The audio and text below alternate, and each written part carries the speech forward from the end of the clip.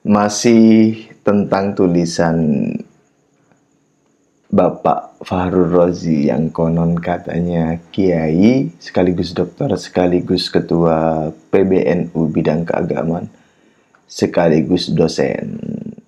Sebagaimana saya telah mengungkapkan dukungan saya kepada beliau untuk terus menulis mengekspresikan kecanggihan intelektualitasnya dan kematangan spiritualitasnya, saya telah membaca tulisan Pak Fahrul Razi yang berjudul Stop Rasisme Nasab di beritajatim.com. Saya komparasikan kualitas tulisan beliau dengan tulisan-tulisan yang ada di literatur NU yang berjudul Mozaik Pemikiran Islam Nusantara dan buku karya Gus Yahya Holil Stakuf yang berjudul Perjuangan Besar Nahdlatul Ulama.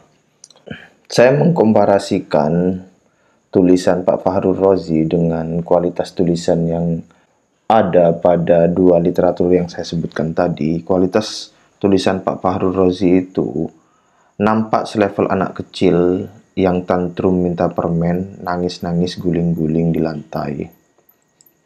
Sebuah tulisan yang sangat tidak layak, jauh dari kata bermutu, bahkan memalukan bagi seorang dosen yang konon katanya kiai, dokter, dan ketua PBNU bidang keagamaan.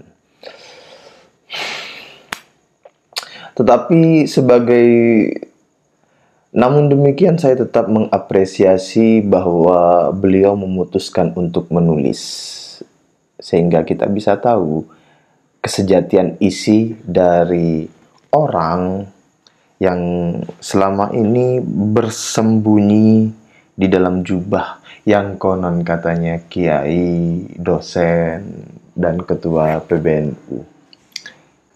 Sehingga untuk mendukung beliau menulis, saya akan memberikan beberapa saran supaya Pak Fahrul Razi ini memperbaiki terlebih dahulu kualitas tulisannya sebelum melawan vis-a-vis dengan Kiai Imad. Untuk memperbaiki tulisan Pak Fahrul Razi yang berjudul Stop Rasisme Nasab, berikut masukan dari saya, Pak Fahrul Razi ya. Yang pertama, dari aspek judul Stop Rasisme Nasab itu sudah sangat bagus, sudah ear-catching, faktual, serta mengandung stopping power. Sedangkan koherensi antara judul dengan isi itu yang butuh ditingkatkan habis-habisan. Maka poin yang kedua adalah dari aspek kerangka tulisan, ini yang harus Anda perbaiki.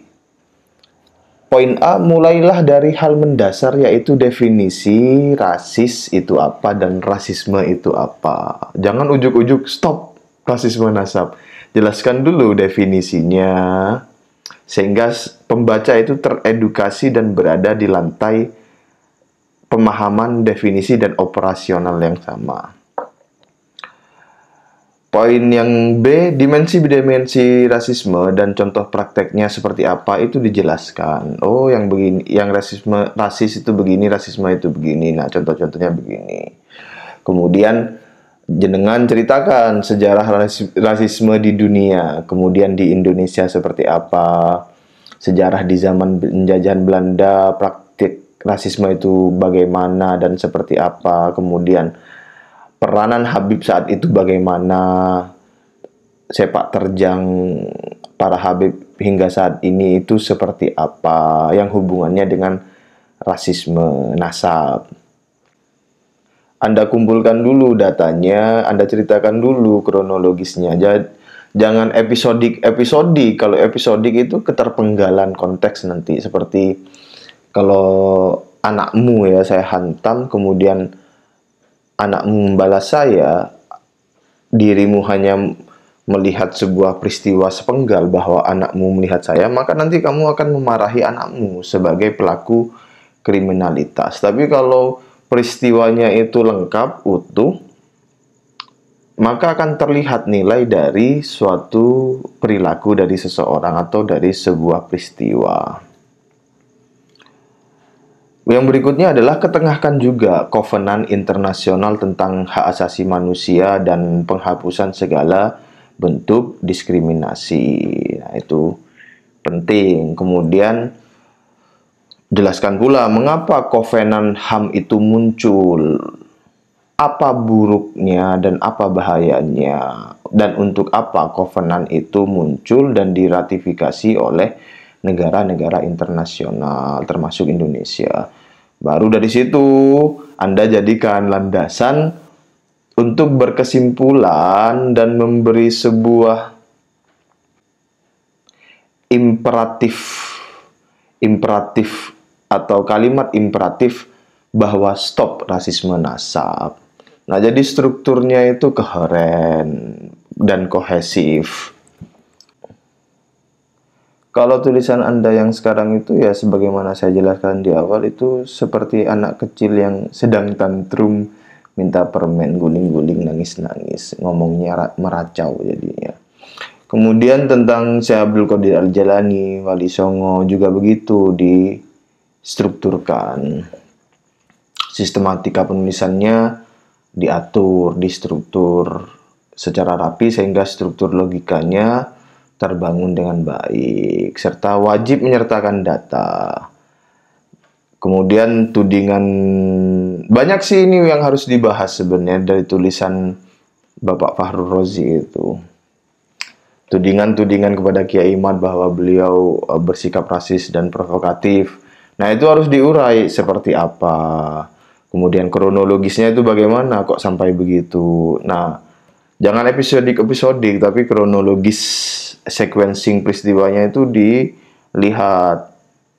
Dan perlu untuk memflashback kepada peristiwa masa lalu. Di 10 tahun yang lalu, 15 tahun yang lalu, 20 tahun yang lalu, 30 tahun yang lalu.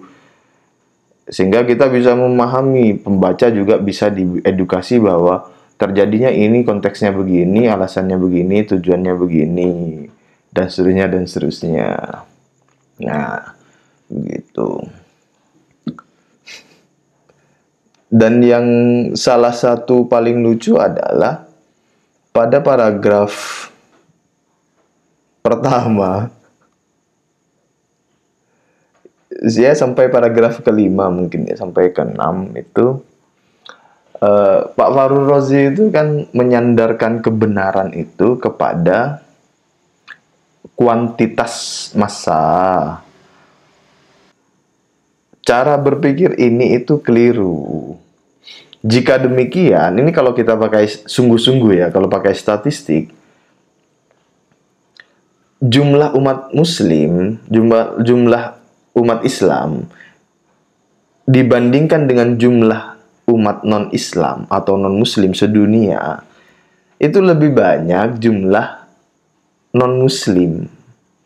Sehingga kalau logika Pak Fahrul Razi itu sebagai ketua PBNU yang konon katanya kiai dan konon katanya dokter, itu menganulir, sama saja secara tidak langsung menganulir bahwa apa yang dilakukan Rasulullah itu tidak memiliki dampak dan bukanlah sebuah kebenaran. Itu kalau mengikuti cara berpikir Pak Fahrul Razi di dalam memandang dan menilai sebuah fenomena. Ya banyak ini yang kalau dibahas itu. Nah, namun demikian saya tetap mengapresiasi keputusan Bapak Fahrul Razi untuk menulis dan mengekspresikan pikiran dan pemahamannya gitu. Dan tulisan Pak Fahrul Razi ini sudah direspon menggunakan tulisan juga oleh Gus Aziz Jazuli LC.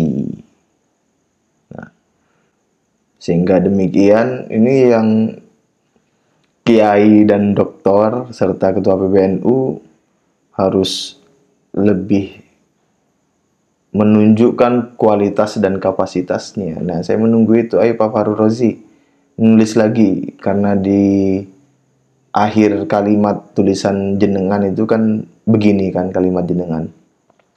Siapapun pelakunya saya menolak dan saya mendaftarkan diri untuk melawannya. Nah, jenengan udah bilang mendaftarkan diri untuk melawannya. Ya sudah, ayo Welcome to the jungle. Saya tunggu tulisan berikutnya. Insya Allah saya baca, jangan khawatir. Terima kasih. Assalamualaikum warahmatullahi wabarakatuh.